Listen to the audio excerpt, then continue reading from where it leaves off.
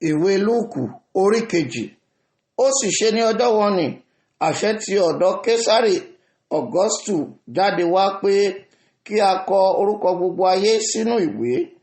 Èyí ni ìkọsínú ìwé kínní tí ó ṣẹ̀ nígbà Kíréníù fi jẹ́ baálẹ̀ Síríà. Gbogbo àwọn ènìyàn sì lọ láti kọ orúkọ rẹ̀ sínú ìwé, olúkúlùkù sí ìlú ara rẹ̀. Jósẹ́fù pẹ̀lú sì gòkè láti Násárẹ́tì ìlú Gálílì lọ sí ìlú Dáfídì ní Jùdíà tí a ń pè ní Bẹ́tlẹ́hẹ́mù, nítorí ìran àti ìdílé Dáfídì ní ṣe, láti kọ orúkọ rẹ̀ pẹ̀lú Màríà aya rẹ̀ àfẹ́sọ́nà tí ó tóbi fún oyún. Ó sì ṣe nígbà tí wọ́n wà níbẹ̀, ọjọ́ rẹ̀ pé tí òun ó bí, ó sì bí àkọ́bí rẹ̀ ọmọkùnrin. Ó sì fi ọ̀dà wé, ó sì tẹ́ sínú ibùjẹ ẹran, nítorí ààyè kò sí fún wọn nínú ilé èrò. Àwọn olùṣọ́ àgùntàn sì ń bẹ ní ìlú náà, wọ́n ń ṣọ́ agbo àgùntàn wọn ní òru ní pápá tí wọ́n ń gbé. Sáàsì kíyèsí, áńgẹ́lì Olúwa náà yọ sí wọn, ògo Olúwa sì ràn yí wọn ká, ẹ̀rù sì bà wọ́n gidigidi. Áńgẹ́lì náà sì wí fún wọn pé, má bẹ̀rù, sáà wò ó, mo mú ìhìnrere ayọ̀ ńlá fún yín wá, tí í ṣe ti ènìyàn gbogbo. Nítorí a bí olùgbàlà fún yín lónìí ní ìlú Dáfídì, tí í ṣe Kristi Olúwa. Èyí ni yóò sì ṣe àmì fún yín, ẹ̀yin ó rí ọmọ ọwọ́ náà tí a fi ọ̀dà wé, ó dùbúlẹ̀ ní ibùjẹ ẹran. Ọ̀pọ̀lọpọ̀ ogun ọ̀run sì yọ sí áńgẹ́lì náà lójijì, wọ́n yin Ọlọ́run wípé, ògo ni fún Ọlọ́run lókè ọ̀run, àti ní ayé àlàáfíà ìfẹ́ inú rere sí ènìyàn. Ó sì ṣe nígbà tí áńgẹ́lì náà padà kúrò lọ́dọ̀ wọn lọ sí ọ̀run, àwọn ọkùnrin olùṣọ́ àgùntàn náà bá ara wọn sọ pé, ẹ jẹ́ kí a lọ tààrà sí Bẹ́tlẹ́hẹ́mù kí a lè rí ohun tí ó ṣe tí Olúwa fi hàn fún wa. Wọ́n sì wá lọ́gán, wọ́n sì rí Màríà àti Jósẹ́fù àti ọmọ ọwọ́ náà, ó dùbúlẹ̀ nínú ibùjẹ ẹran.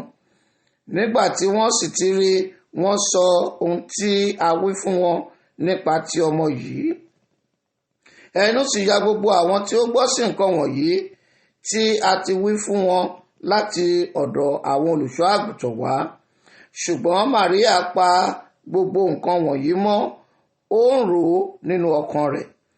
Àwọn olùṣọ́ àgùntàn sì padà lọ, wọ́n fi ògo fún Ọlọ́run, wọ́n sì ń yìn ín nítorí ohun gbogbo tí wọ́n ti gbọ́, tí wọ́n ti rí bí a ti wí fún wọn. Nígbà tí ijọ́ kẹjọ sì pé láti kọ ọmọ náà nílà, wọ́n pe orúkọ rẹ̀ ní Jésù, bí a ti sọ tẹ́lẹ̀ láti ọ̀dọ̀ áńgẹ́lì náà wá, kí a tó lóyún rẹ̀ nínú.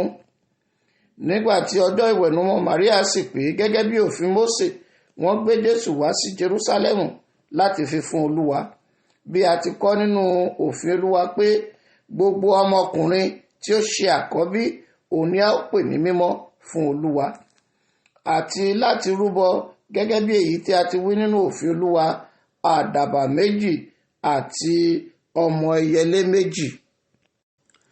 Sì kíyèsí, ọkùnrin kan wà ní Jerúsálẹ́mù, orúkọ rẹ̀ a máa jẹ́ Síómíọ́nì.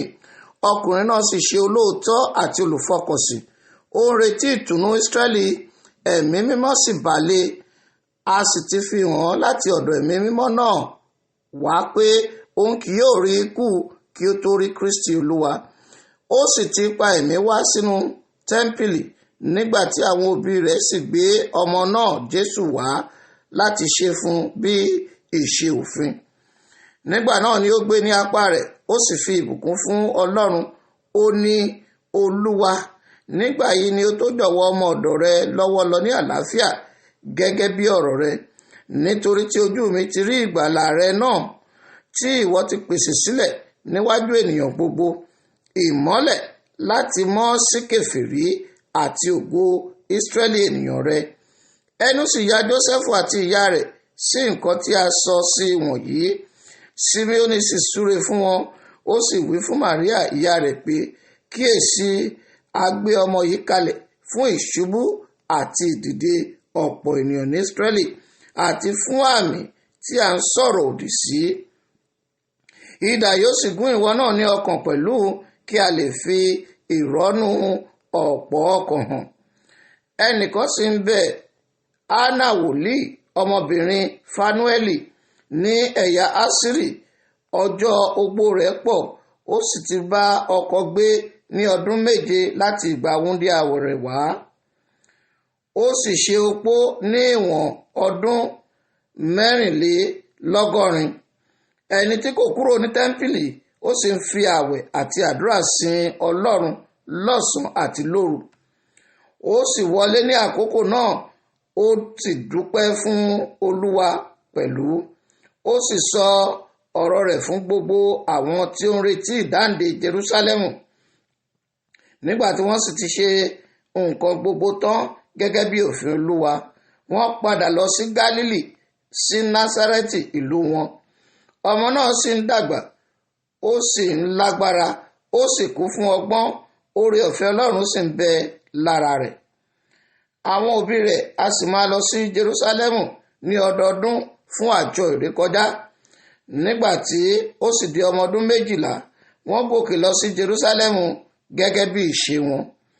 Nígbà tí ọjọ́ wọn sì pé, bí wọ́n ti ń padà bọ̀, ọmọ náà Jésù dúró lẹ́yìn ní Jerúsálẹ́mù.